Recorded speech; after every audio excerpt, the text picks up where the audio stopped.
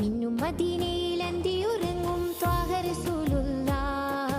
മദീഹിന്റെ വരികൾ ചേർത്തിതാ നൂറെ ഹബീബല്ലാ.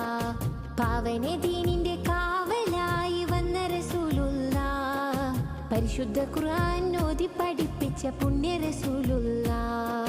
മിന്നും മദീനയിൽ അന്തിയുറങ്ങും ത്വാഹ റസൂലുള്ളാ. മദീഹിന്റെ വരികൾ ചേർത്തിതാ നൂറെ ഹബീബല്ലാ.